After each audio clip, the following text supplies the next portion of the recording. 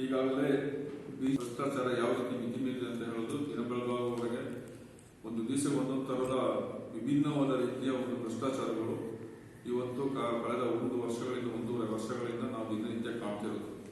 ಇದಕ್ಕೆಲ್ಲ ಪುಷ್ಟೀಕರಿಸುವಾಗೆ ಸಾಕ್ಷಿಯಾಗಿ ಚುನಾವಣೆ ಕೂಡ ಇನ್ನು ಕೇವಲ 1-2 ತಿಂಗಳು ಇಲ್ಲ ಬಂದಿದೆ.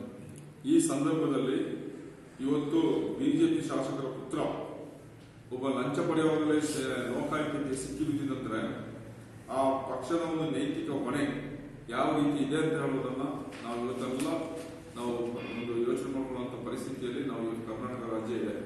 ಈಗಾಗಲೇ ಕೆಲವಾರು ಭ್ರಷ್ಟಾಚಾರ ಈಶ್ವರಪ್ಪನವರನ್ನು ಹಿಡಿದು ಬೇಕಾದ PSIಗೆ ಹಗರಣದಿಂದ ಪ್ರತಿಯೊಂದು ಇದರಲ್ಲೂ ಕೂಡ ಭ್ರಷ್ಟಾಚಾರ ಯಾವ ತಲುಪಿದೆ ಅಂತ ಹೇಳೋದನ್ನ ಇವತ್ತು ಕಾಂಗ್ರೆಸ್ ಪಕ್ಷ ಆಗಲಿ ಇವತ್ತು ಕರ್ನಾಟಕ ರಾಜ್ಯದ ಜನತೆ ಕೂಡ ಅದರ ವಿರೋಧವಾಗಿ ಬೇಕಾದಷ್ಟು ಹೇಳ್ತಿದ್ರು.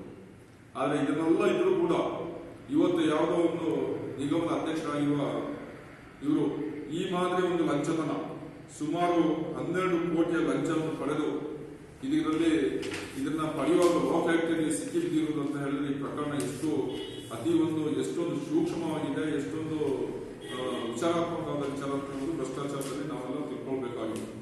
ಆದ್ರಿಂದ ಈ ವಿಚಾರವನ್ನು ಅವರು ಜೊತೆಗೆ ಅದನ್ನು ಜಪ್ತಿ ಕೂಡ ಮಾಡಿದ್ದಾರೆ.